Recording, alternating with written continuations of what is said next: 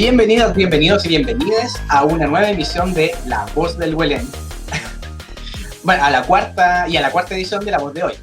Estamos súper contentos porque La Voz del Huelén sigue creciendo y eso se debe sobre todo al apoyo que hemos tenido hasta ahora, a sus comentarios y a su ayuda con la difusión, así que les agradecemos un montón.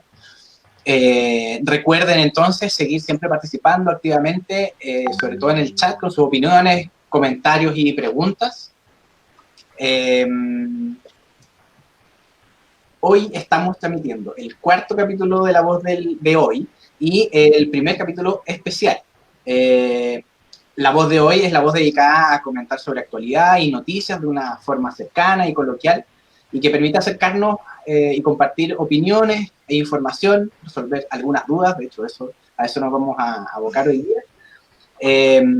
Porque estamos en la ruta de la temporada plebiscito 2020, como no, ¿cierto? Está todo el país expectante de lo que va a pasar el próximo 25 de octubre. Y este programa especial está justamente pensado para contestar preguntas sobre este proceso, sobre el método, digamos, sobre lo logístico, lo práctico, pero también un poco más lo de fondo, ¿no? Básicamente, algunas cosas como diferenciar ambas convenciones, cómo se escogen los constituyentes, cuánto tendrían para trabajar, qué es el plebiscito de salida, etcétera, etcétera. Estas dudas y más las estaremos viendo hoy, así que les pedimos que las dudas que ya tienen vayan dejándolo ahí en la caja de comentarios y a medida que vayamos abordando alguna de los puntos, también se les va ocurriendo cualquier cosa, vayan dejando en los comentarios. Y nuestro equipo de backstage ya está ahí con los dedos en el teclado esperando para resolver cualquier duda que se nos arranque. Hoy nos encontramos en las cumbres del Huelén con una parte grande del equipo, ¿cierto? Está Carla, Valentina, Francisco y yo. Todo es parte del equipo de La Voz del Huelén, por supuesto. Y bueno, primero partir preguntando cómo están, de dónde nos están acompañando. Dejo ahí abierta la palabra.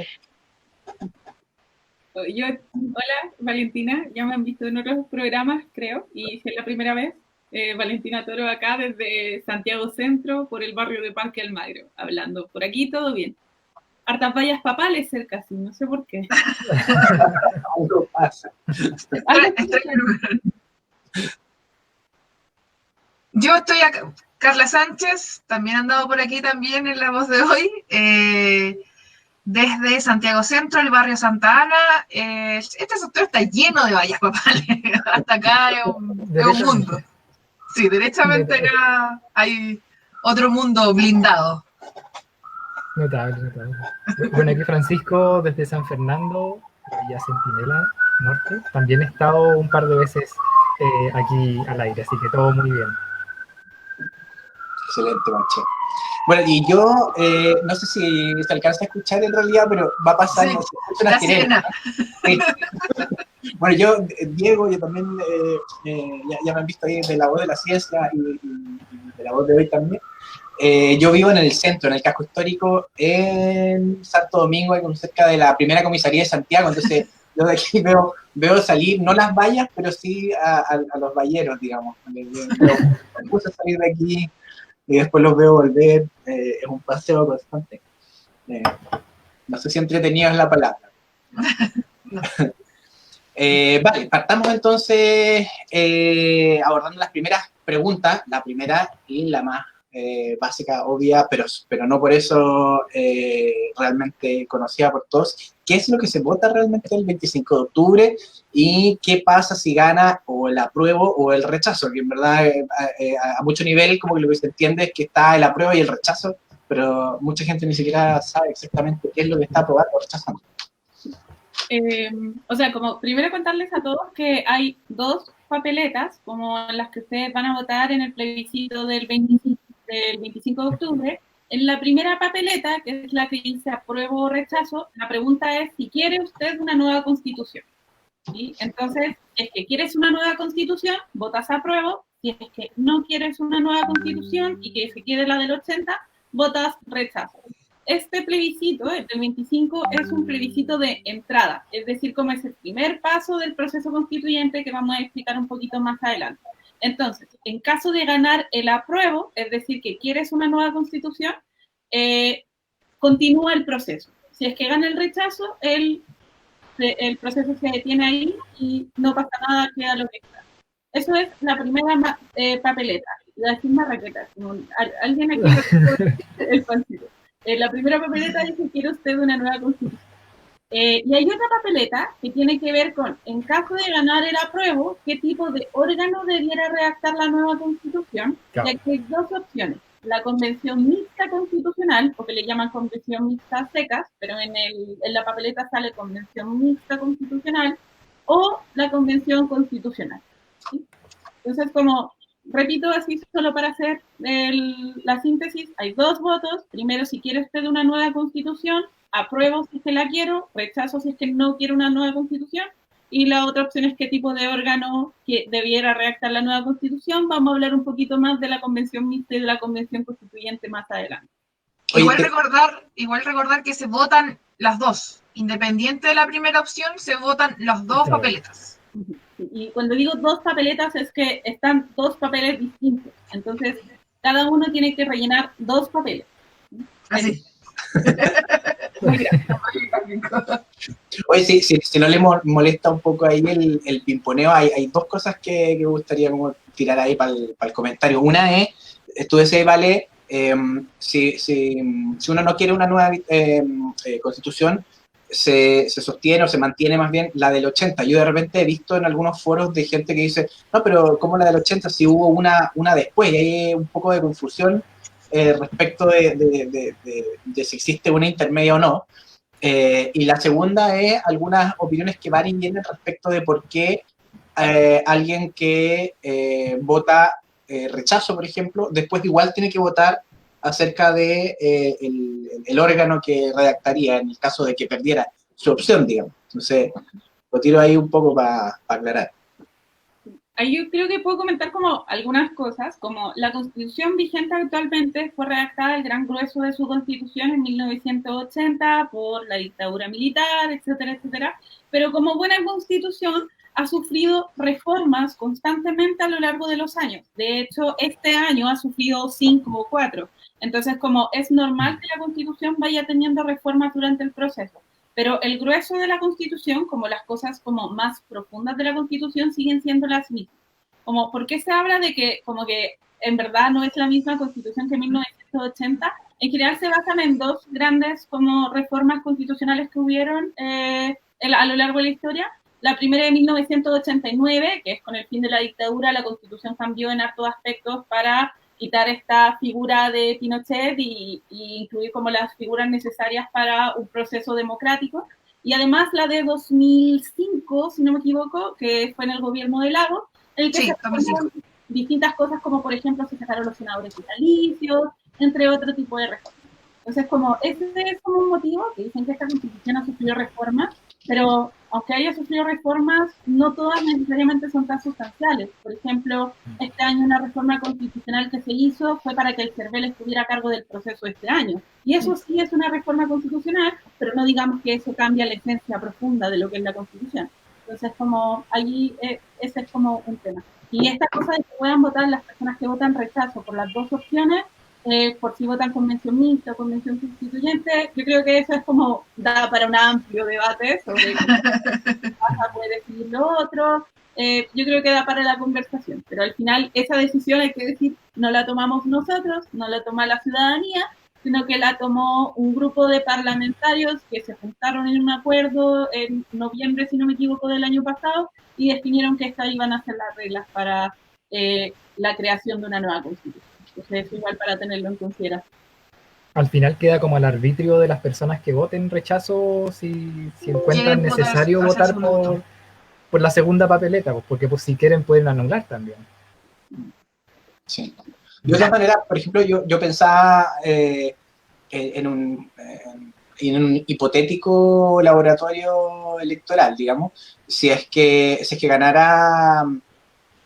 digamos, imaginémonos por un momento que alguien dijera un decreto con fuerza de ley se cambia, o bueno, en verdad no sería viable algo así, como, pero imaginémonos que existiera un mandato que dijera ya, cambiamos la constitución y qué sé yo, no podríamos no podríamos dejar a alguien que estuviera en contra de esa medida fuera de la decisión de cómo se va a redactar, si es que fuera una opción escoger cómo se va a redactar. Entonces, desde ese punto de vista pensaba yo, claro, o sea, es razonable pensar que un ciudadano que tiene el derecho a decidir sobre la forma en que se redacta su constitución, ya sea decidido por un plebiscito o fuera por un decreto, que obviamente que no es factible, digamos, pero este laboratorio todo aplica, no podríamos quitarle el derecho a decidir sobre eso. Entonces, me hacía bastante sentido en realidad. Ya, movámonos ahora a algo un poquito como más logístico, más práctico, que tiene que ver con la circunstancia en la que estamos emitiendo este sufragio el día 25, porque es la pandemia, ¿cierto? Y las medidas sanitarias. Lo hace más histórico todavía. Exacto. Sí. Sí. Oye, sí, huelga decir que en verdad es una situación que no existe, no hay un registro, no hay un precedente de lo que está sucediendo en la historia de Chile, no hay un precedente de lo que está sucediendo ahora. Y más encima con el bicho. Entonces, queríamos tratar un poquito el tema del protocolo sanitario, ahí me voy a tomar un poquito la palabra. Ya el mes pasado se publicó en el Diario Oficial el protocolo sanitario correspondiente, y es importante porque una de las preguntas, o más bien una de las ansiedades que de repente se ven en las personas es, bueno, ¿cómo voy a ir ahí a contagiarme y todo el asunto? Sobre todo si, no sé, pues tengo familiares adultos mayores, etcétera, o tengo condiciones de vulnerabilidad frente a la enfermedad, ya sabemos un montón de condiciones previas. Y bueno, lo primero es decir que existe un documento bastante extenso respecto del protocolo sanitario, y no es algo que se le ocurrió al Ministerio de Salud, digamos, un día viernes o en un carrete, digamos. La verdad es que está súper bien asesorado. O sea, está la oficina, o sea, está la OMS de partida, ya la Organización Mundial de la Salud, está el Programa de las Naciones Unidas para el Desarrollo, está la Sociedad Chilena de Infectología, la Sociedad Chilena de Epidemiología, la Cruz Roja y la ONEMI, la Oficina Nacional de Emergencias. Están todos involucrados en la confección de el protocolo sanitario que se va a implementar o que va a estar aplicando en los locales de votación. Este documento, yo creo que tenía el link por ahí, voy a pedir ahí que después que lo dejemos en la caja de comentarios para que las personas que están viendo puedan acceder directamente a él si quieren leer las 29 páginas. Pero es importante, voy a partir primero por el tema de los vocales, ¿ya? Para los vocales hay un kit sanitario, en el fondo, que es bien completo, ya se les van a proporcionar mascarillas especializadas, las famosas KN95, que tienen un estándar médico. Además se les van a entregar escudos faciales, se les va a entregar alcohol gel, que es parte del protocolo que luego vamos a detallar respecto de lo que tienen que hacer los votantes. Se les entrega desinfectante a base de alcohol o cloro para limpiar las superficies y la cámara. Además, toallas húmedas con alcohol, cloro o amonio cuaternario, que es lo que aplica para la sanitización de espacios con flujo público. Toallas de papel, obviamente, guantes de nitrilo, que sinceramente no tengo idea de lo que es el nitrilo, si alguien sabe, digamos. Y además hay algunas como comandas respecto de cómo organizar el flujo de personas. Por ejemplo, en las filas hay un aforo máximo de 10 electores por fila en mesa. Eso significa que los espacios interiores de los locales de votación, y probablemente, casi con seguridad, el espacio exterior va a tener bastante flujo de personas, y eso es importante tenerlo en cuenta también, ¿ya? Bueno, no tenemos una bola de cristal, no sabemos cómo va a estar la asistencia, digamos, pero probablemente va a ser alta. Igual hay que hacer notar de que hay un horario extendido, no es como en las votaciones anteriores, cosa de que haya más horario en el cual se pueda ir y no hayan aglomeraciones de gente. Esto igual se pensó, porque uno sabe, bueno, los que normalmente votamos sabemos que el día que vamos a votar puede que haya filas o no en tu mesa, pero efectivamente afuera sí hay mucha gente aglomerada. Entonces, efectivamente, este horario se extiende con la idea de disminuir esas aglomeraciones, y existen también horarios protegidos para las personas que son mayores. Sí, sí, efectivamente. El horario como general, digamos, comprende 12 horas, de las 8 de la mañana hasta las 8 de la tarde, para todas, todos, todes. Pero además, claro, lo que decía Carla, de 2 a 5 de la tarde es un horario especial para personas de 60 años o más, ¿ya? Además, como les decía, va a haber un aforo para las filas, y además se va a resguardar una distancia de 1 metro entre cualquier persona, votantes, vocales, personal de las fuerzas de orden, para toda persona 1 metro de distancia. Además, es obligatorio el uso de mascarilla, excepto cuando se aproximen a la urna, digamos, o a las mesas más bien, en donde él o la presidenta o presidenta de mesa les va a pedir que se retiren temporalmente por 3 segundos la mascarilla para poder chequear la identidad con su carnet de identidad. Además, las personas... sí. Básicamente. Exactamente. Además, las personas deben llevar su propio lápiz pasta azul, ¿ya? Obviamente la recomendación es que lleven por lo menos 2, es que pueden, lleven 2 por si acaso, nunca sabes esto, cuando falla. Y además no se puede acudir con acompañantes, a menos que sea una persona que requiere asistencia por alguna discapacidad visual o motora. Solamente en esos casos se puede asistir con compañía al local de votación, ¿ya? Además, y para eso hay una ley, por si acaso. Hay una ley que protege la votación asistida. Y está indicada cuáles son los casos y que es el derecho de sufragar incluso las personas que necesitan asistencia. Además de eso, también para proteger a las personas que van a estar operando las mesas, los votantes y las votantes deben ocupar alcohol gel antes y después del sufragio. ¿Ya? Pueden llevar su propio alcohol gel, pero si no, cada local debe proveer alcohol gel para la masa votante. ¿Ya? Oye, Diego, ¿sí? En Bolayo iba a ir para allá, pero me han preguntado mucho como qué pasa con los casos positivos, con las personas que están contagiadas. Ahí me pillé, en realidad, ¿cuál es el caso para los contagiados en realidad? Yo entendía que había un plan para que pudieran votar sin necesidad de ir, pero no sé cómo es. Vale. No se aprobó. No se aprobó. Como a priori, las personas que están contagiadas de COVID-19 están llamadas a permanecer en sus casas, tal como involucra, como con o sin plebiscito, esas personas debiesen estar aisladas en sus casas. Claro. ¿Qué pasa si es que van a votar? Podrían ser detenidas en el proceso por estar vulnerando el protocolo sanitario. Entonces, a priori, como el llamado desde las autoridades es que las personas contagiadas con COVID-19 no pueden ir a votar y deben mantenerse en sus casas. Sí hubo alguna propuesta con respecto a eso, pero finalmente se desechó porque no había protocolo sanitario que resguardara a quienes eran vocales de mesa para ese tipo de situación. Mira. Sí, de hecho, bueno, otra medida que va en la línea del resguardo de los vocales es la modificación de la edad para excusa, que normalmente es desde los 70 años. En esta ocasión, los vocales desde los 60 años, sí, por estar dentro de la población vulnerable frente a COVID, se pueden expulsar de su función como vocales de mesa vocal. Para ese tipo de situaciones. Más allá de eso, lo otro que está como dentro del protocolo, que en verdad es una recomendación de siempre, pero que ahora con mayor razón, tiene que ver con el local de votación al cual están asignados, porque obviamente para poder generar este protocolo se tuvo que aumentar la cantidad de locales de votación para mantener la distancia, etcétera, etcétera. Y eso significa que muchos votantes han sido reasignados. Entonces, si es que no han revisado todavía sus datos electorales en la página del CERVEL, es el momento, no olviden hacerlo, porque puede ser que llegue a su local de votación y resulta que tenía que ir a otro lugar. Así que pueden entrar, creo que no sé si vamos o pueden haber salido como vocales de mesa. Ojo, también. Oh, importante eso.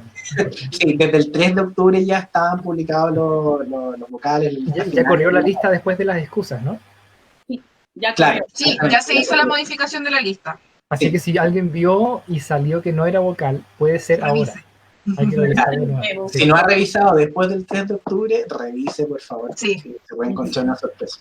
Sí. Ahí vamos a dejar los links, en todo caso, es el de Cervel, www.cervel.cl o en www.plebiscitonacional2020.cl. Nos vamos a dejar por ahí, pero eso, es un protocolo sanitario. Muy en línea con una pregunta del público que nos hace Andrés Cueto Codorniu. Nos pregunta si puede votar con su cédula de identidad vencida. Sí, excepcionalmente se ha permitido, por lo mismo, digamos, sabiendo que hay muchos trámites inconclusos, con un vencimiento de hasta noviembre del 2019, está permitido votar con su carnet de vencimiento, y eso es súper importante en realidad, porque Casi hay mucha un año gente de que piensa que vencimiento. no va a poder. Casi un año de vencimiento, sí. Es súper importante porque hay mucha gente que normalmente no va, nomás simplemente porque el carnet está vencido. Ahora sí. Entonces recuerden, igual como pueden ir, ok, con su cédula de identidad, ojalá al día, pero si no vencía hasta noviembre de 2019, también pueden ir a votar con su pasaporte para aquellos que tienen pasaporte. Y si no tiene ninguno de estos elementos, yo les recomiendo como ir raudamente a un registro, sí, hacer los trámites para tratar de ver si es que alcanza a tener su cédula de aquí a la próxima semana. Pero ya es como, por favor, si no tienes tu cédula, corre. Sí, corre. Sí. Oye, ¿y qué pasa con los permisos para las comunas que están como en fases más restrictivas? Porque esto, ponte tú, cae día domingo, acá en San Fernando estamos en fase 2 y los fines de semana son de encerrarse, digamos. De cuarentena. Sí, pues. Como les confirmo al tiro, voy a buscarlo porque me habían enviado la noticia hoy día. Hubo hace muy poco que había dicho de que las personas no iban a necesitar un permiso para votar, pero... ¿Pasaporte sanitario tampoco? Ni siquiera como, o sea, como... No, como que no, o sea, ya aquí hay varios temas, como hay dos tipos de restricciones como importantes, como para una persona que está en su lugar de votación, o como en su comuna o lo que sea, y que está en cuarentena, esa es una pregunta. Y otra pregunta es qué es lo que hacen las personas que están como en otras regiones y tienen que moverse entre regiones para ir a votar. Yo voto en Santiago, de hecho. Ya, ahí hay una persona. Sí. Toda la familia vamos a tener que viajar a Santiago. ¿No puedo leer una noticia? Debería aquí en la primera comisaría después. Claro. Ahí lo encontramos. ¿Dónde está?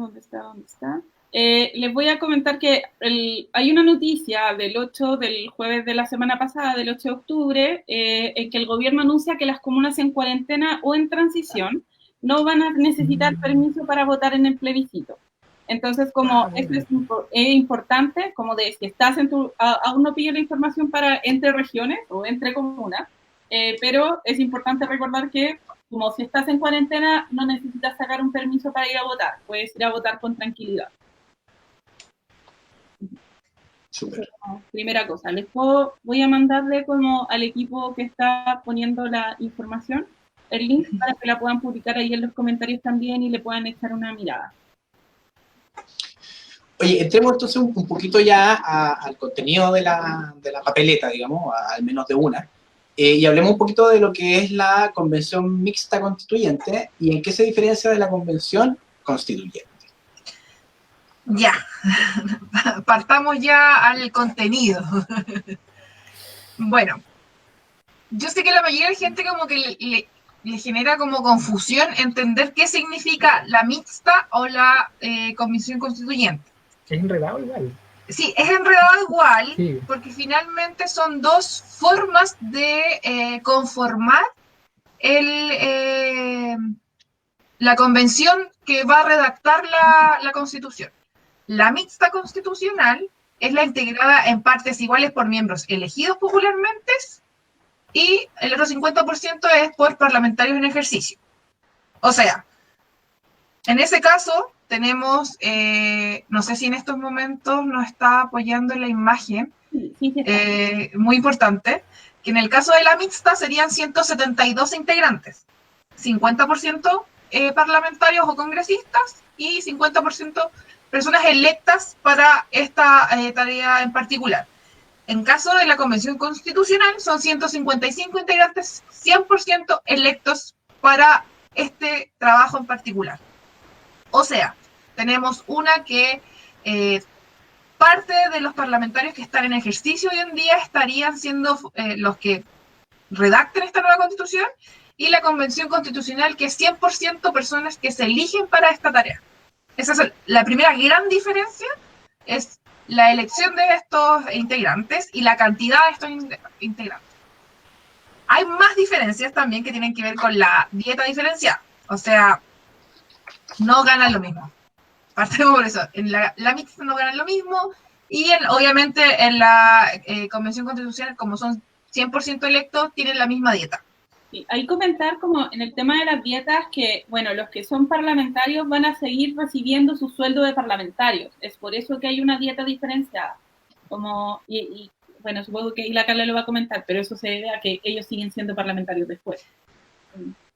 Claro, esto es otra de las cosas de que es súper importante destacar, el hecho de que los parlamentarios seguirían trabajando como con doble función, o sea, no estarían 100% dedicados a la Constitución, sino que tendrían que alternar sus funciones junto con sus funciones ya de parlamentarios.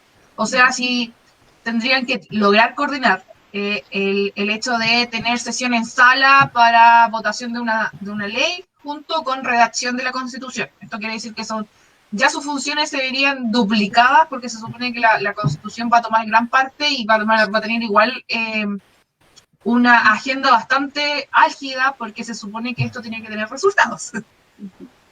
Y ojo que no sabemos cómo se van a elegir en los del Senado es muy importante. del Congreso. Qué bueno que lo dices. En el caso de la convención mixta, no se sabe cómo se elige o cuál es el método de elección interno de los congresistas. Nosotros, en el caso de la Convención Constitucional, tenemos una certeza que son 100% electos por la ciudadanía. En el caso de la mixta, solamente el 50% de estos va a ser electo por la ciudadanía, y el resto no hay método claro de cómo se eligen.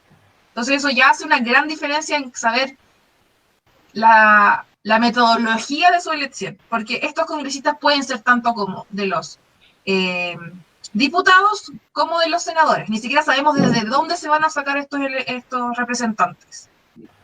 Y otra cosa es que otra de las diferencias que tienen entre convención mixta y constitucional es que hay inhabilidad o no en el caso de la convención mixta. O sea, en el caso de la mixta, ellos podrían postularse post-convención versus la convención constitucional, que un año después del término de la convención, ellos no pueden postularse a nada.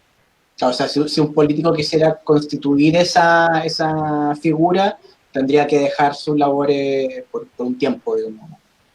O sea, es que en el caso de la Constitución no serían políticos, serían personas, podrían ser políticos o no, pero ellos quedan sin la posibilidad de postularse a ningún tipo de cargo durante un año.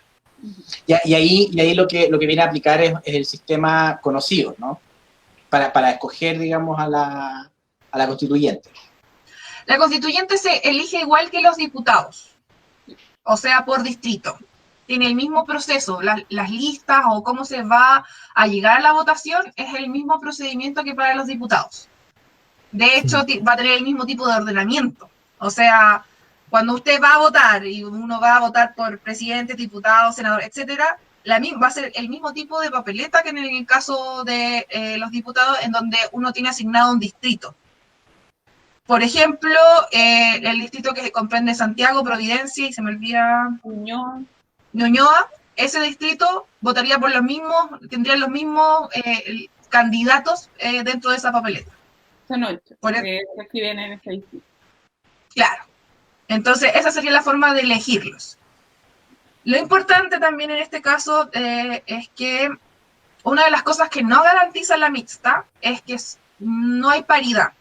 Una de las ganancias que se hizo de los acuerdos para poder llegar a esta votación, este plebiscito de la Constitución, es que hubiese paridad dentro de las votaciones.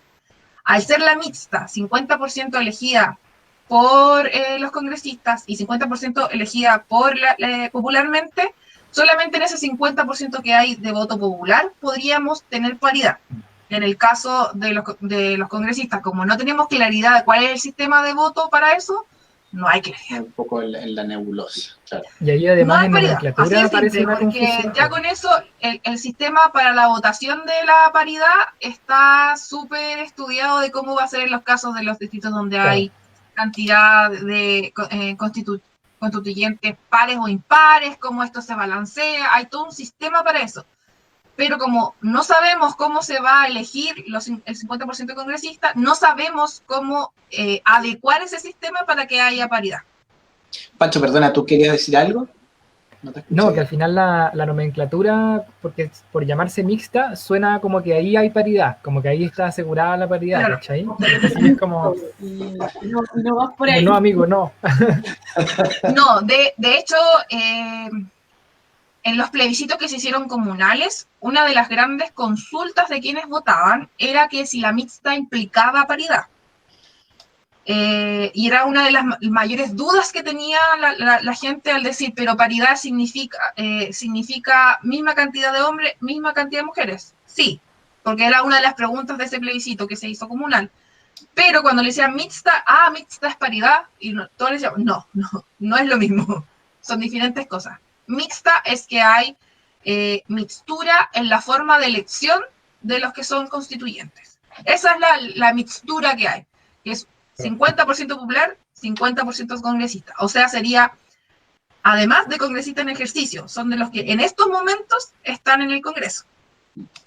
Oye, queremos meternos en las fases posteriores a este plebiscito de entrada, pero como introducción, de hecho, quiero tomar una pregunta de Germán Alimán Valdebenito, que dice, quisiera saber cuánto tiempo aproximadamente se demorarían en redactar una nueva constitución. Sí, bueno, para eso yo encuentro que hay que hablar como del proceso en general, el tema como de las fases que tiene todo el proceso. Tenemos por ahí una grafiquita que la podríamos poner, que está súper como súper bien explicada. Ilustrativa. Sí, apaña caleta. Bueno, ahora estamos como en la primera fase que tiene que ver con el plebiscito de entrada, que es donde elegimos primero si queremos que exista este cambio y además la manera en que queremos que se redacte esta posible nueva constitución en caso de que se apruebe.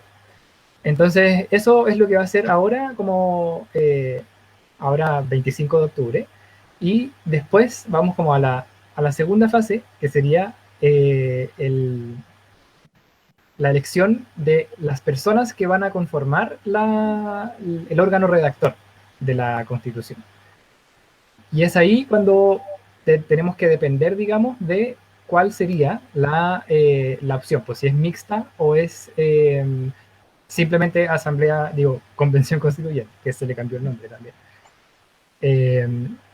¿Está puesta ya la grafiquita? Sí, súper. Sí. Entonces, estaríamos ahora, como dijimos, en la primera, plebiscito de entrada, que es este 25 de octubre. Después estaría la elección de las personas que compongan esa convención.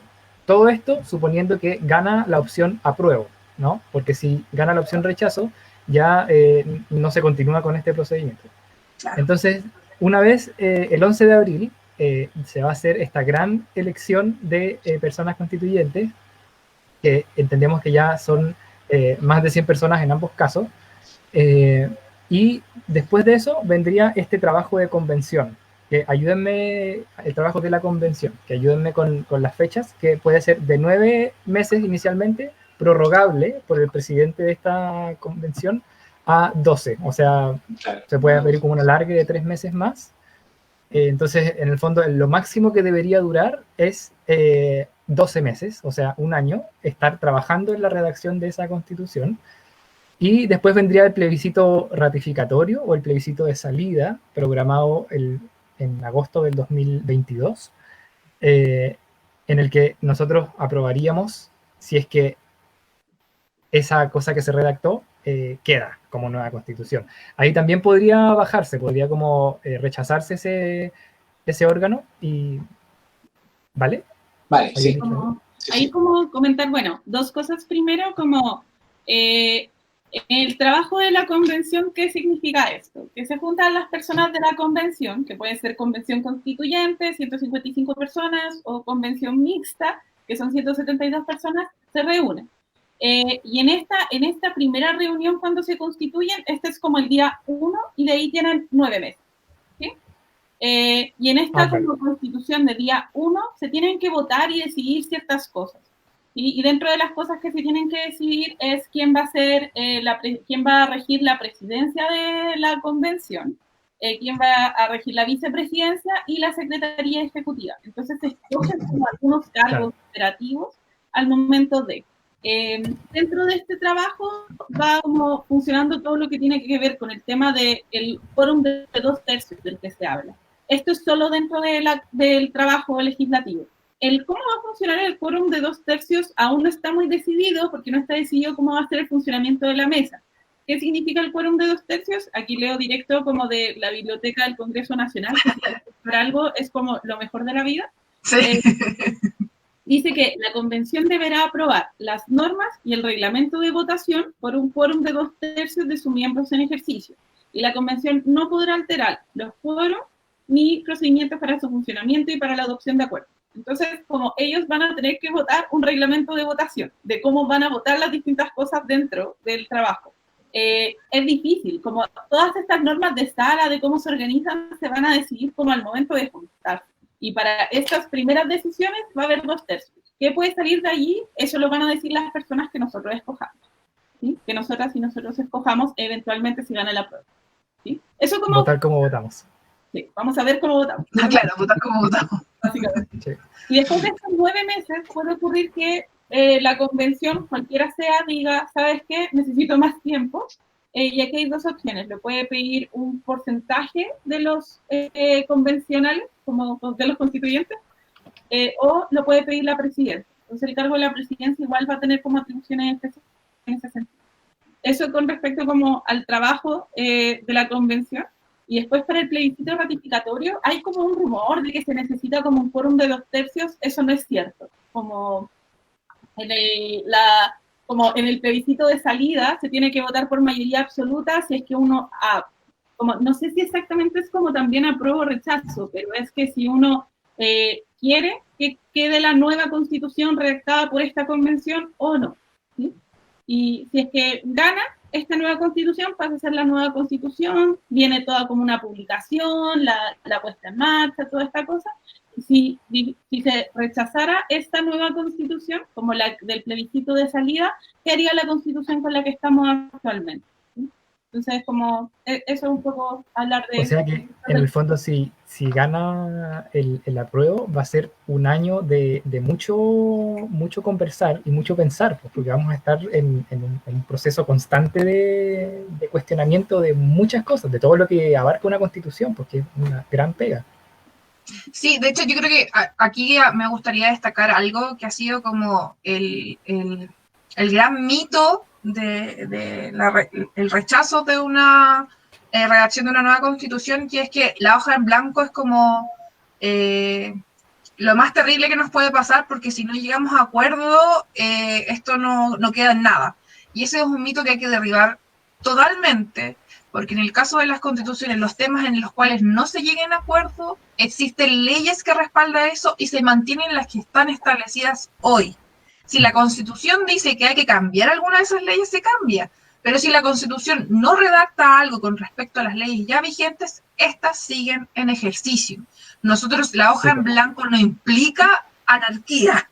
Salgamos de esa idea con respecto a la hoja en blanco, porque además una Constitución no puede ir en contra de los acuerdos internacionales de derecho dentro de la Constitución. Así que esa idea de que la hoja en blanco es riesgosa, no lo es.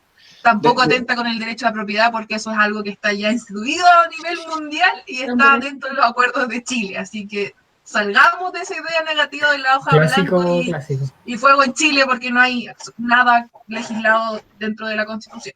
De hecho, yo quería como aportar un poco a esa misma idea desde el otro lado, digamos, o sea, aparte de la hoja en blanco, digamos, y de las cosas que ya están escritas, digamos, y sobre las cuales no se va a poder pisar en el fondo, también está el hecho de que en todo proceso constituyente, por ejemplo, en el de Bolivia, sigue pasando, digamos, en el de Argentina también, en verdad, en cualquier otro lugar, cuando se termina o se aprueba finalmente, incluso en el ratificatorio de la Constitución, todavía no están escritas las leyes particulares, digamos, de cada uno de los sectores. Por lo tanto, aquellas cosas que cambian, ya sea mucho, más o menos o poco, aún así necesitan un nuevo andamiaje de normativa para que se vuelva en realidad, si no es solo letra muerta, como ya hay mucha, digamos. Claro.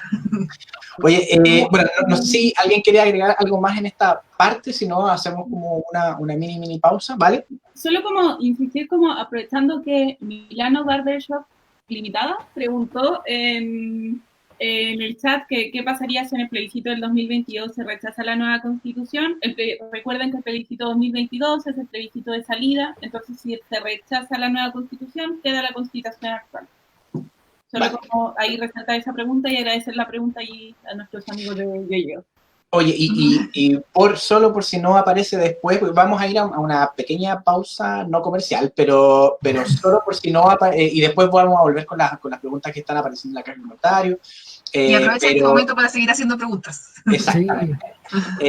Pero por si no saliera de nuevo, digamos, respecto de la pregunta que se hizo sobre los permisos, la pregunta que hizo Pancho, ahí el equipo interno de investigación nos mandaba una aclaración que decía que en el fondo se va a poder ir a votar con el carnet de identidad.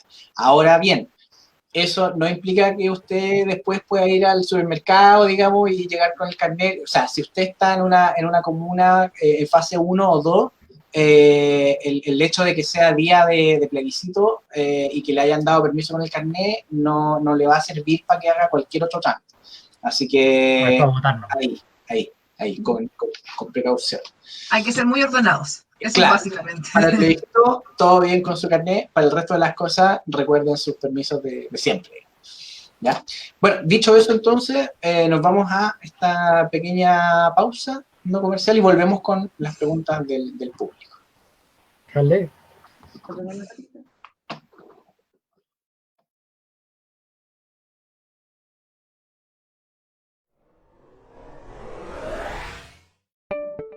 Este 25 de octubre podremos votar por la redacción de una nueva constitución. Para un plebiscito nacional más seguro, aquí te va el protocolo sanitario dispuesto por el CERVEL. 1. Lleva al menos un lápiz pasta azul para votar y firmar el padrón. 2. El horario será de 8 de la mañana a 8 de la tarde. 3. Habrá un horario exclusivo de las 2 a las 5 de la tarde para mayores de 60 años. 4. Solo si una persona requiere asistencia para votar, puede acudir al local de votación con acompañantes. 5. Es obligatorio el uso de mascarilla, excepto durante 3 segundos en que deberás retirarla para que el presidente de mesa verifique su identidad. 6. Deberás ponerte alcohol gel antes y después de votar, ya sea con el tuyo o el provisto por los locales de votación. 7. En las filas se mantendrá al menos 1 metro de distancia con cualquier persona, al igual que dentro y fuera de los locales de votación. 8. No se puede formar aglomeraciones. Una vez que los electores hayan votado, deberán dejar el local inmediatamente.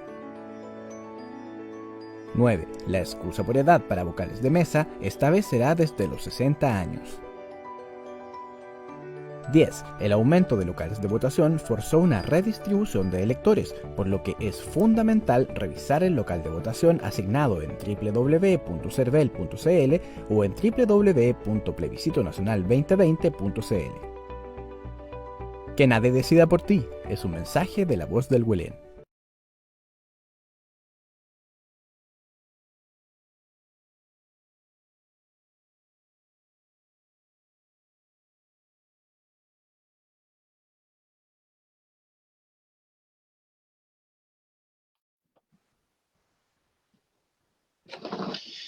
Bien, estamos de vuelta. Seguimos entonces conversando con Carla, con Pancho y con Vale acerca del plebiscito 2020 del 25 de octubre. Hemos pasado ya por varios de los temas principales, ¿cierto? Y vamos a empezar a abordar algunas de las preguntas del público, ¿cierto? La primera la voy a tomar de Milano Barbershop. No me acuerdo. Vale, me confirmáis que esta la habéis tomado. ¿Qué pasaría si en el plebiscito del 2022 se rechaza la nueva constitución? Esa fue la última que respondió Vale. Ay, perdón. Vale, es que estoy corrido en la línea de tiempo. Pablo Liberona, por ejemplo, pregunta, por ejemplo, si se deseara renacionalizar el cobre, ¿hasta qué punto el artículo que indica respetar los tratados internacionales impediría esta posible iniciativa en la redacción de la nueva Constitución? Qué dura la pregunta. Buena pregunta, Pablo. Yo aquí haría una aclaración con respecto a la Constitución y lo que implica una ley. Hay que hacer una pequeña diferencia, porque en sí la Constitución viene a darnos nuestro marco legal, y el marco legal no indica un articulado en específico de cómo se aplica cada una de estas cosas. Por ejemplo, hago un ejemplo súper amplio. Si se decide nacionalizar el cobre, por ejemplo, la Constitución no debería indicar cómo, o a través de qué medios, o respetando qué principios, etc. La Constitución declara la situación que decide el país tener cobre nacional. Y luego de eso, el Congreso va a estar mandatado a redactar una ley que recoja lo que está diciendo la Constitución. Ese desarrollo fino va a ir desde una propuesta presidencial o desde una propuesta parlamentaria. Y va a depender si dentro de la redacción de la Constitución se requiere que sea una propuesta presidencial o que pueda ser una propuesta parlamentaria. Entonces, en definitiva, la Constitución lo que hace es decirnos qué queremos, el cómo lo hacemos son las leyes específicas. Es un poco a nivel como general, la Constitución te da un marco, la ley te da una determinación de cómo se aplica y una ordenanza te dice, así como esto se va a hacer en 1 año, en 2 años, progresivamente, etc. Esto siempre tiene que ver como con niveles legislativos. Ahí claro, solo dejarle como igual abierto a Pablo que, o sea, como nosotros manejamos como ciertos temas de, como general, estudiamos un poco el tema del plebiscito, pero no nos manejamos tan profundamente en lo que son los tratados internacionales. Entonces, no sabría un tratado internacional que efectivamente diga o que se pueda interpretar de forma que no se pueda renacionalizar el cobre. Lo que sí te podemos prometer es que lo vamos a preguntar. Entonces, como tenemos como ciertos contactos y panelistas anteriores, invitados anteriores, entonces les podemos preguntar a ellos para contestar como con mayor profundidad. Bueno. Y te podemos como ahí dejar una pregunta en el chat o quizás hacer una publicación como respondiendo un poquito a esto y a qué se trata esto de los tratados internacionales, que también es súper interesante. Oye, quería, ya que nos quedan algunos minutos, quería volver a un tema que dejamos un poco en el aire que tiene que ver con cómo se escogen los constituyentes. Decía Carla que, bueno, que en el caso de la constituyente no mixta, para diferenciarla, usamos un sistema conocido, que es el sistema que vino a reemplazar el binominal a partir de las elecciones del 2017. Que es un sistema que se ocupa en muchos países, digamos, pero que todavía de repente cuesta un poquito aquilatarlo, digamos, porque es un sistema matemático que trata de mejorar la representatividad, claro, la representatividad, mejor proporcionalidad, pero a veces es poco intuitivo. Dentro de lo que se buscaba o lo que pensaron que se podía también mejorar con el tiempo era justamente el tema de la paridad. Hay que recordar que cuando se comenzó con este sistema electoral, había una participación femenina en el Parlamento de un 18%. Hoy día no se ha pegado un salto, digamos, pero ambos temas tienen una relación. No sé si podemos comentar un poco sobre la manera de escoger a los constituyentes, que es la misma de cómo escogemos a nuestros parlamentarios. Y como ahí, yo creo que hay que como recoger 2 cosas. Como, o sea, lo primero es que hay 2 temas, hubo hartos cambios cuando se hizo el cambio como del sistema binominal ahora a default, se llama, como, perdón mi francés, literal es mi francés, porque no sé cómo se pronuncia. Creo que es DONT. Dejón es una forma distinta de escoger a los parlamentarios, pero no aborda el tema de la paridad, no aborda temas de género, solo tiene que ver con cómo escogemos a los distintos parlamentarios. Pero además de Dejón, que es como la metodología para escoger a diputados, existen también ciertas reglas sobre cuántas personas van como candidatos en las listas. Entonces, como en general cuando se hacen las elecciones de diputados, en las listas cualquiera de los dos géneros tiene que estar representado entre un 40 a un 60%, y no puede ser más de eso. Entonces, como eso hace que los partidos, las agrupaciones, etcétera, que quieran presentar candidatos tengan que tener un mínimo de mujeres, un mínimo de hombres siempre. ¿Sí? Eso como ahora ya, tratando como más a lo que es el proceso constituyente, se escoge igual que los diputados, lo que significa que tú, persona que vas a votar por algún constituyente, no puedes votar por cualquiera. Tienes que votar por aquellos que vayan en... Entonces, por ejemplo, si alguien que me pinta caleta, pero va de candidato en Punta Arenas o en Arica, yo que voto en Santiago Centro no voy a poder votar por esa persona. Solo voy a poder votar por los candidatos que van en mi distrito. ¿Sí? Eso como también primera cosa. Y sobre cómo se salen electos, como pueden ver ahora en nuestras imágenes, como un pequeño ejemplo que aparece allí. Como Dejón no es tan fácil de entender, así que esperamos que el ejemplo les sirva. Ayuda mucho. No ayuda tanto. Para el que le cuesta entender esto, ayuda mucho. No, de verdad. Entonces, como tratamos, digamos que en una elección se pueden escoger hasta 5 personas. Y van 3 listas, la lista A, la lista E, la lista I. ¿Sí? Y digamos que fue la elección, votamos por candidatos y en total la lista A consiguió 100 votos, la lista E consiguió 60 votos y la lista I consiguió 40 votos. ¿Sí? Entonces, ¿qué se hace con estos votos? Como lo que se hace es, yo tomo los votos de una lista y lo divido por la cantidad de cargos que voy a escoger. Entonces, por eso ahí en la imagen aparece como el 100 y aparece después dividido en 1, que es en el 100, después dividido en 2, sería 50, dividido en 3, 33, y así sucesivamente. Y se hace lo mismo para las otras listas. ¿Sí? ¿Y cómo se va a saber de qué candidato sale cada lista? Se ven estos números y se van escogiendo de mayor a menor hasta que en este caso completas los 5 cargos. Entonces, en primer lugar, saldría como el número más alto, que en este caso sería el 100, que era este 100 dividido por 1. ¿Sí? Entonces sale un candidato de la lista A. Después sale el siguiente número más alto, es el 60. Entonces sale un candidato de la lista E. Después, el siguiente número más alto que aparece en todo esto es 50. Entonces vuelve a salir una persona de la lista A.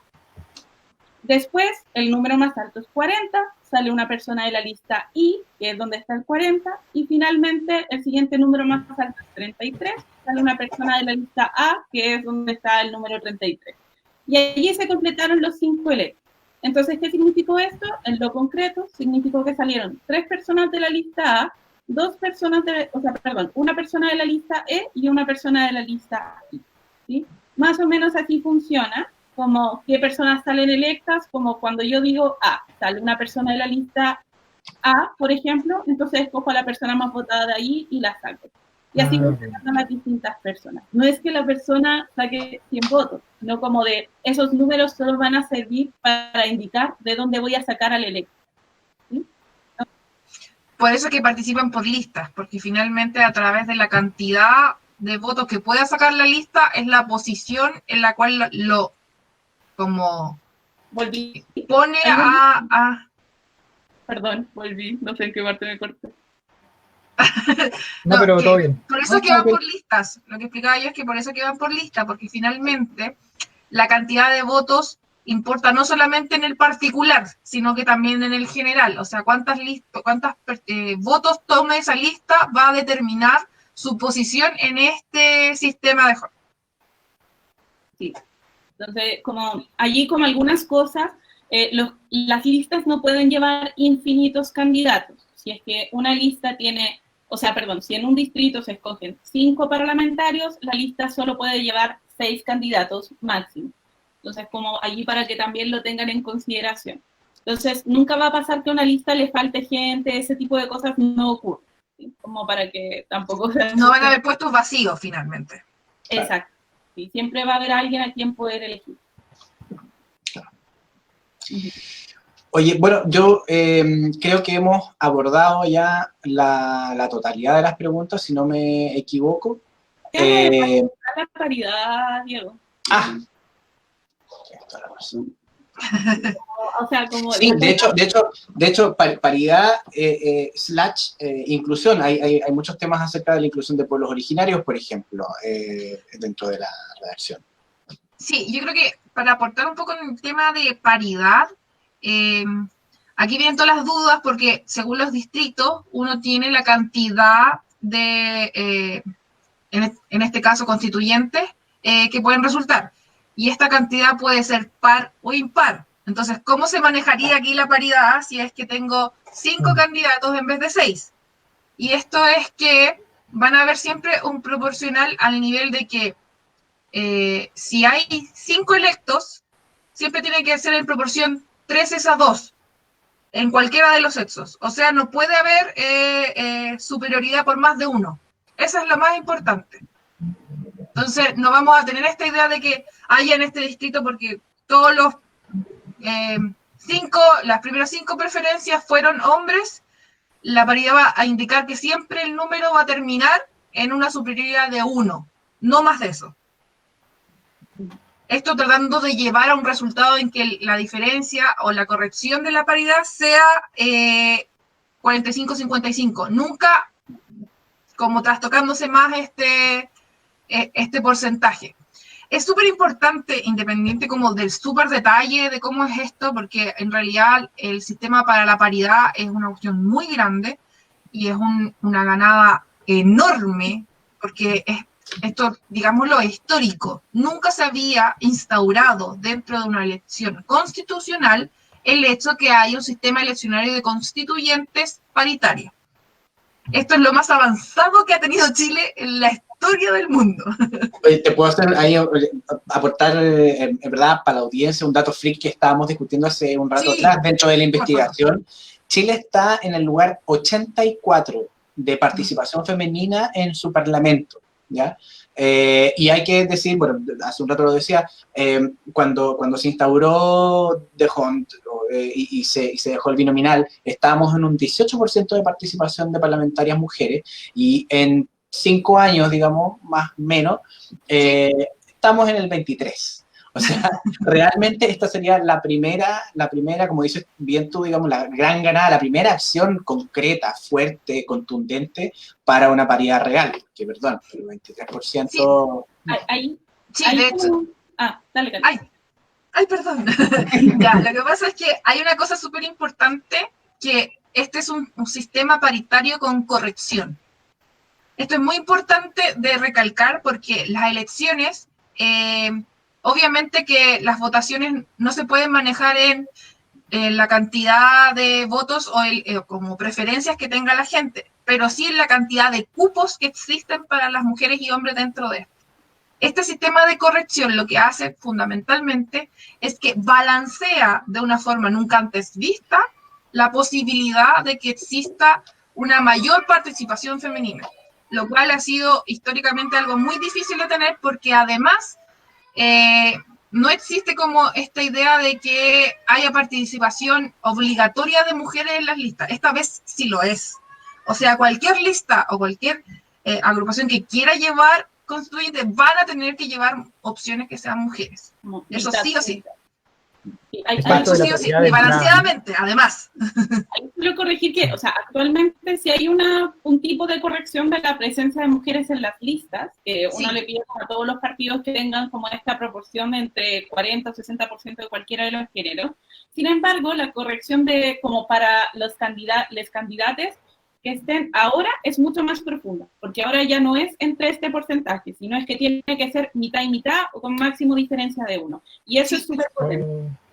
Lo importante es que ya teníamos una corrección de opciones, hoy día tenemos una opción de vacantes y de elecciones.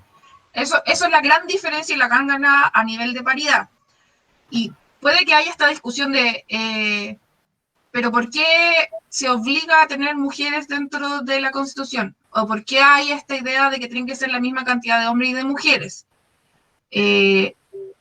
Ha habido una discriminación hacia la mujer políticamente, por acceso, por elección, por financiamiento, etc. Nosotros estamos haciendo una corrección de esa discriminación. Esta no es una discriminación positiva, es una corrección de discriminación.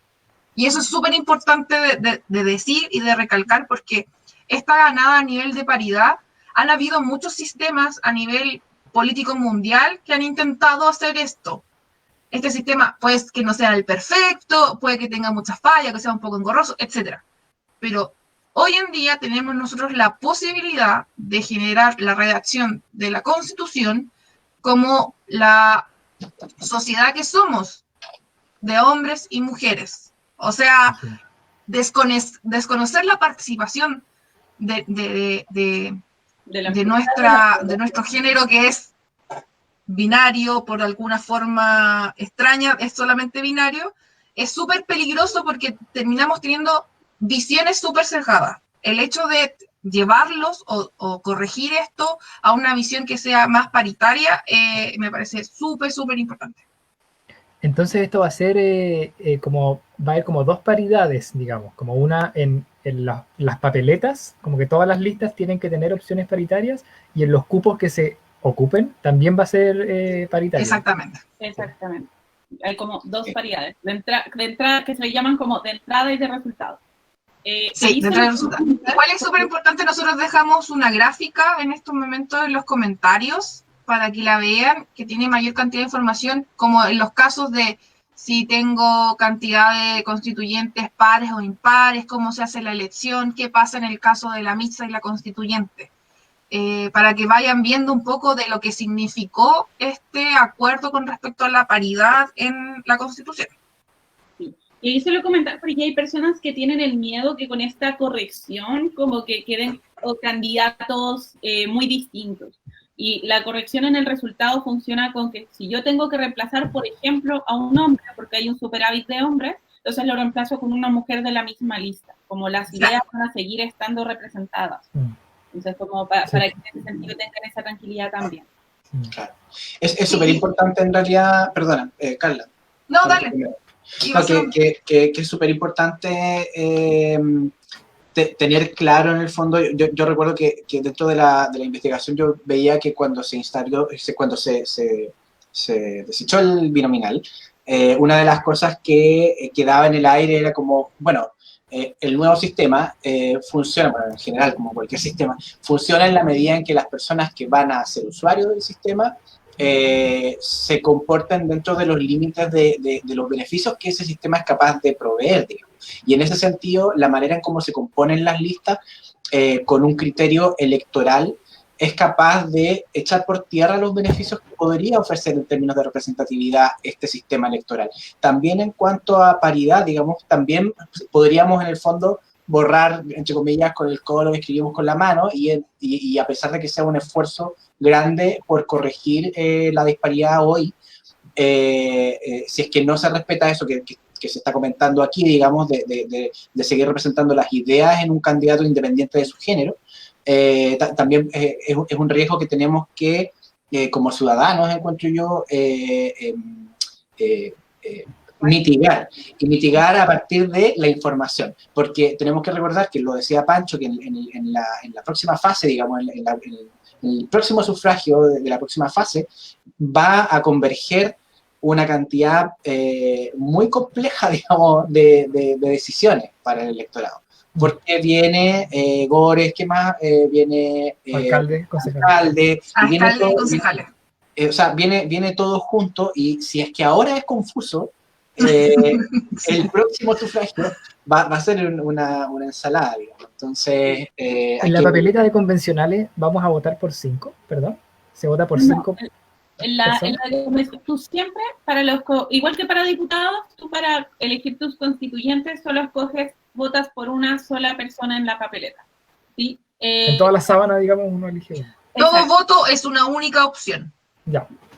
Eso es, así de simple. Todo voto, porque además cuando elijamos constituyentes, si es que los elegimos, van a ser junto con otras votaciones efectuadas. El 11 de abril habría votaciones de GORE, alcaldes, concejales y constituyentes. Son 4 votos independientes. Sí.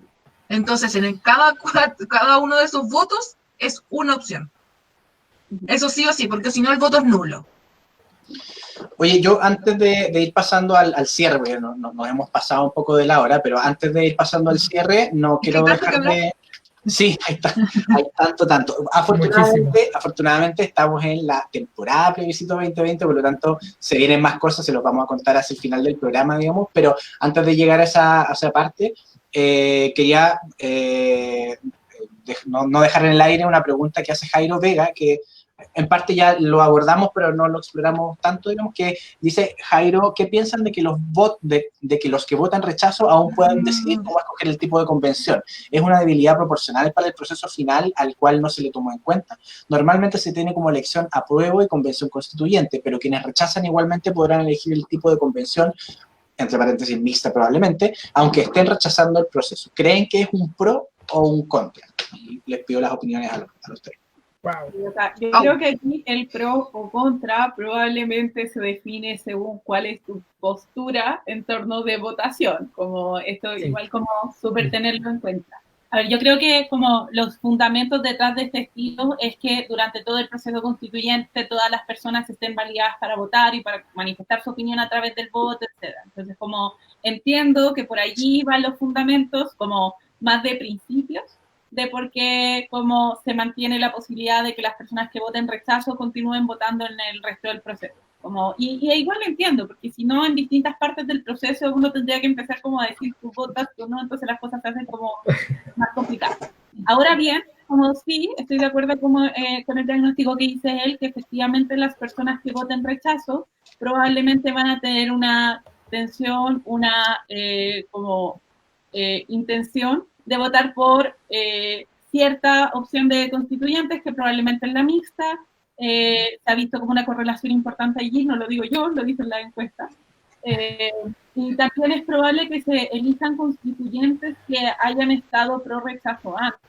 Entonces, como allí viene como, y esto porque es importante, porque como no hay mayoría absoluta en la constituyente, sino que se habla de la regla del 2/3, entonces habría un porcentaje del rechazo que estaría representado en este tercio, podría conseguir el tercio necesario para detener esas cosas. ¿Sí? Como eso es bueno o malo, no sé, depende como del tipo de preferencia y como de qué es lo que cada uno piensa. Yo particularmente voto apruebo y convención constituyente, entonces como para mí es complejo, porque yo no quiero que personas que quieren cambiar la constitución estén en la convención constituyente. Para las personas que votan rechazo, como por otro lado, esto es bueno, porque entonces están asegurando cierto porcentaje de representatividad. Pero esto ya depende mucho como de como las propias convicciones personales. De todas formas, yo sí estoy de acuerdo con que estas personas voten constantemente. Todo es solo como una dificultad dentro del proceso y hay como un montón de estrategias que hay que llevar a cabo en ese sentido. Pancho. Sí, yo encuentro que, a ver, también, como tratando de como salirme de mi opinión particular de lo que hay que votar, encuentro que desde el punto de vista como del Estado, como desde este ente abstracto que quisiera como que todos tuvieran voz y que se redactara una constitución lo más heterogénea posible, desde ese punto de vista yo encuentro que está bien que las personas que votan rechazo tengan una voz en el método de construir la Constitución y tengan cierta representatividad, pues una representatividad que sea proporcional a la cantidad de personas que piensan de esa manera. Como que por ahí lo justificaría. Sí. Ok. Mira, yo la verdad creo que desde un punto de vista súper vinculado a lo que significa democracia, creo que el hecho de, independiente de la opción que gane, el resultado tiene que ser una constitución de todo el país. Por ende, la participación, sea a favor o en contra de lo que yo piense, lo que yo crea que sea mejor para el país, tiene que sentirse representada por todos. Si no, nosotros estaríamos apartando a un grupo, independiente si este sea pequeño, grande, gigante, etcétera, estaríamos apartando a este grupo de la representatividad y de lo que es el objetivo de la Constitución, que sea el techo de todo el país. Me parece que desde un punto de vista súper personal, la mixta es un pequeño truco para poder dejar el statu quo lo más posible a casi ser un rechazo. Pero en el caso de la constituyente, a mí me parece que es la opción en donde ambas visiones pueden llegar a acuerdos independientes de qué sean las ganadas y perdidas de cada uno de los grupos. Porque hay una mayor representatividad a nivel de la elección de estas personas y también de la forma en que se van a elegir estos acuerdos. Aquí no hay, en este caso, congresistas a nivel profesional luchando por un objetivo versus personas que están en pro de generar nuestra carta fundamental. Por el sentido de mi opción, que claramente es apruebo y convención constituyente, me parece riesgosa la mixta, más que el rechazo. Creo que tanto la gente del apruebo como el rechazo tiene que llegar a un acuerdo común y esa va a ser nuestra constitución, sin lugar a dudas.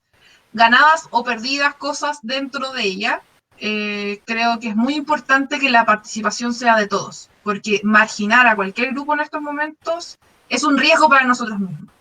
Sí. Mi opinión. ¿Y tú, Diego? Yo voy a despedir el programa. No, por ningún motivo me restaría de opinar. Que en verdad sí tiene que ver con el cierre del programa también, porque creo que, o sea, yo creo que es un pro, que es una ventaja, digamos, que las personas que votan rechazo también voten por el organismo que va a redactar después. Y es la misma razón por la cual creo que se debiera transparentar, o primero se debiera acordar y se debiera transparentar muchísimo la manera en cómo se escogería en el eventual una constitución, o sea, una asamblea mixta, digamos, una convención mixta, perdón. Y es la misma razón por la cual estamos haciendo este ciclo de programa. Es la misma razón por la cual necesitamos que las personas, todas las personas, nos pongamos al día, digamos, de toda la educación cívica que nos hemos perdido en mucho tiempo y que al parecer las noticias dan cuenta de ello, las estadísticas dicen que hay mucha gente preocupándose cada vez más por cómo funciona nuestro sistema electoral, y es porque lo peor que le puede pasar a cualquier elección, de lo que sea, digamos, es que sea de previo ilegítima, o de previo sentida como ilegítima. Por lo tanto, hay muchas personas con muchas tareas pendientes para que cuando llegue el 25 de octubre, lo que sea que salga, digamos, sea con la idea de que existe una garantía de que lo que va a venir después es, como decía la Carla, co-construido en el fondo. De partida hay un montón de gente que ni siquiera sabía que después vienen ratificaciones y plebiscito de salida, etcétera. Entonces, esta fantasía de que el día 25 de octubre se decide el futuro, es como cuando uno estaba chico y pensaba que cuando salía de cuarto medio se acababa la vida y lo que tú escogías te iba a determinar para siempre, y no es así. O sea, hay un montón de cosas que vienen después. Todos tuvimos ese miedo. Exactamente. Y también de repente se ve en redes sociales, sobre todo, la idea de que nos jugamos la final del país. Y eso da cuenta de una ausencia profunda, no solamente de información, sino que además de confianza. Y eso yo creo que es lo más nefasto, digamos, para un proceso eleccionario de lo que sea. Bueno, ustedes saben que yo como que rayo un poco la papa con el tema de Estados Unidos, y veamos lo que pasó y lo que está pasando allá, que el hecho de poner en duda la legitimidad de un proceso eleccionario radicaliza más la opinión pública. Y en nuestro país, en donde ya estamos viendo diferencias súper diametrales, añadir más diferencias aquí, a lo único que puede llevar es que da lo mismo lo que salga después. da lo mismo lo que se escoja el 25. Cuando lleguemos ahí ya va a estar estropeado de previo. Entonces, sí, yo creo que es muy beneficioso, en verdad, que las personas que están por el rechazo participen de esa segunda papeleta. Le da legitimidad al proceso, yo creo. Exactamente. Esa es mi sensación, que le da legitimidad al proceso. Que la mayoría Que la misma es pésima opción es otra cosa. Claro, esto es de otro portal. Bueno, a nosotros nos hace ruido como esto, estamos hablando como de personas que tienen más o menos decidido su voto, etcétera. Es probable que a estas personas le haga ruido el tema de sacar como un grupo de personas, de votar convención mixta, convención constituyente. Y eso significa que podría deslegitimar el proceso con esa elección. Sí, sí, es cierto. Pero claro, está ese juego, ¿no? Democrático, digamos, de poder ver la propia opinión y también de poder ver más allá de la propia opinión, y ese es un ejercicio necesario. Y yo creo que lo necesario también es hacer un ejercicio de la democracia en sí, lo que significa. Eso significa que tú puedes perder o ganar en tu opción de votación. Y eso es parte de un proceso eleccionario normal. Entonces, el entender que independiente con la pasión que tú defiendas tu posición con respecto a esta votación, hay que ser conscientes que cualquiera de los resultados tiene que ser respetado por todos, ganadores, perdedores, porque en esto la única forma de perder realmente es que no respetemos la legitimidad del proceso. Sí. Y aquí como en este ejercicio, como voy recordando algo que digo en su momento Rodrigo Rivera, como en nuestros programas anteriores, es que después de este proceso y de aquí en adelante como que se va a iniciar un proceso muy interesante en caso de ganar la prueba. Entonces ahí la invitación es como de discutir y de conversar y de pensar cuál es el Chile que soñamos, esa era la pregunta que decía el Rodrigo, y también como allí hacer la invitación a conversar con otras personas en torno a esta pregunta y tratar de escucharlas de forma como abierta. Las discusiones no son difíciles, o sea, son difíciles, actualmente tenemos una sociedad muy parcializada, pero el discutir es súper valorado, como uno aprende mucho conversando con otras personas, siempre en un ámbito de tolerancia, un ámbito de respeto, en torno a las otras opiniones, así que ahí la invitación como es, pensemos en el Chile que soñamos, tratemos de hacer este ejercicio como de ponernos de acuerdo, de llegar a ciertas cosas, soñamos de una nueva constitución y que eso nos permita construir como de aquí en adelante. Incluso después del plebiscito de salida va a haber que estar pensando. Sí. Creo que eso es muy importante de anotar como a nivel histórico. Los países deciden cómo se rigen. Somos nosotros mismos los que tenemos siempre la oportunidad de definir cómo vamos a vivir. Y yo creo que es por eso que la opción tan firme que tengo yo de la prueba implica el hecho de que quiero ser parte de la construcción de este país. No solamente ser la persona que me quejo de que no me gusta el sistema de salud, de que no me gusta cómo se plantea el sistema previsional, sino de tener decisión y participación en decidir este tipo de cosas. De, como dice la Vale, ¿cómo sueño mi país? ¿Qué quiero de mi país? ¿Cómo quiero que este país se conforme? Incluyéndolos a todos, porque uno tiene que saber que en la vida va a convivir y conllevar con gente que no piensa igual que uno. Y allí como, y también recordar como solo que si es que en caso de ganar la apruebo 2 veces, porque tiene que ganar también para el plebiscito de salida, sí, 2 veces. Esta constitución no es para siempre. Chile cambia, ha cambiado quizás desde 1980, yo creo que sí, y va a cambiar también en el futuro. Entonces, como ahí recordar de este ejercicio de construcción de Chile se tiene que hacer constantemente. Ojalá que este no sea nuestro único plebiscito, ojalá que haya más en el futuro. Siempre podemos mejorar. Siempre podemos mejorar, siempre hay que recoger las opiniones de, uno diría, mi abuela diría, en mis tiempos esto no ocurría, sí, en mis tiempos esto no ocurría, en tus tiempos esto no ocurría, y está bien, y por eso como vale la pena tener este tipo de oportunidades. Sí. Bueno, les agradezco, Carla, Pancho, Vale, y a todo el equipo de La Voz del Huelén, pero con mucha fuerza y con mayor fuerza a quienes nos acompañaron el día de hoy. Por favor, déjenos sus comentarios. La verdad es que todo lo que nos cuentan acerca de lo que les gusta, lo que no les gusta, es muy motivante para nosotros en realidad tener interacción con ustedes. Así que muchas gracias. Vamos a estar todavía construyendo esta iniciativa y todavía, tal como decíamos en la discusión, hay muchas aristas de esto que discutir y otras que ni siquiera somos capaces de imaginar. Me acuerdo el concepto que el otro día decían de derechos emergentes, que están, el mundo entero está dándose cuenta de cosas que vienen con el avance del tiempo, más en realidad, y por lo tanto esto está en permanente construcción, tanto el programa como nuestras leyes en el mundo. Así que la iniciativa sigue en construcción, como les decía, todas sus opiniones son muy, muy bienvenidas, así que por favor no duden en dejárnoslas en nuestras redes sociales, en nuestra caja de comentarios, donde sea. Recuerden que están conviviendo actualmente dos de nuestras voces, la voz de la ciencia y la voz de hoy, y de hecho, tal como estábamos diciendo, la ciencia en sí también tiene un lugar en nuestro ordenamiento jurídico, y el próximo programa de la voz de la ciencia, justamente, que va a ser el lunes 19 de octubre, está enfocado en una discusión acerca de ciencia y la nueva Constitución, donde nos acompañarán varias caras que ya ustedes conocen, que pasaron por nuestros programas.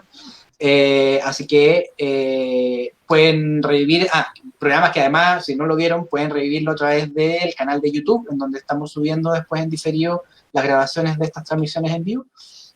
Y bueno, y la voz de hoy vuelve el próximo miércoles, ¿cierto? El miércoles 21, donde seguiremos con la temporada de Plebiscito 2020.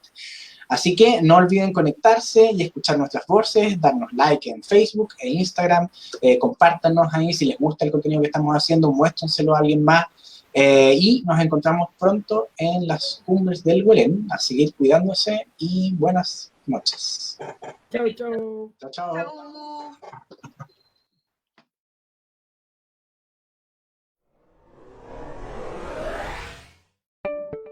Este 25 de octubre podremos votar por la redacción de una nueva constitución. Para un plebiscito nacional más seguro, aquí te va el protocolo sanitario dispuesto por el CERVEL. 1. Lleva al menos un lápiz pasta azul para votar y firmar el padrón. 2. El horario será de 8 de la mañana a 8 de la tarde. 3. Habrá un horario exclusivo de las 2 a las 5 de la tarde para mayores de 60 años. 4. Solo si una persona requiere asistencia para votar, puede acudir al local de votación con acompañantes. 5. Es obligatorio el uso de mascarilla, excepto durante 3 segundos en que deberás retirarla para que el presidente de mesa verifique su identidad. 6. Deberás ponerte alcohol gel antes y después de votar, ya sea con el tuyo o el provisto por los locales de votación. 7. En las filas se mantendrá al menos 1 metro de distancia con cualquier persona, al igual que dentro y fuera de los locales de votación. 8. No se puede formar aglomeraciones. Una vez que los electores hayan votado, deberán dejar el local inmediatamente. 9. La excusa por edad para vocales de mesa esta vez será desde los 60 años. 10. El aumento de locales de votación forzó una redistribución de electores, por lo que es fundamental revisar el local de votación asignado en www.cervel.cl o en www.plebiscitonacional2020.cl. Que nadie decida por ti es un mensaje de la voz del Huelén.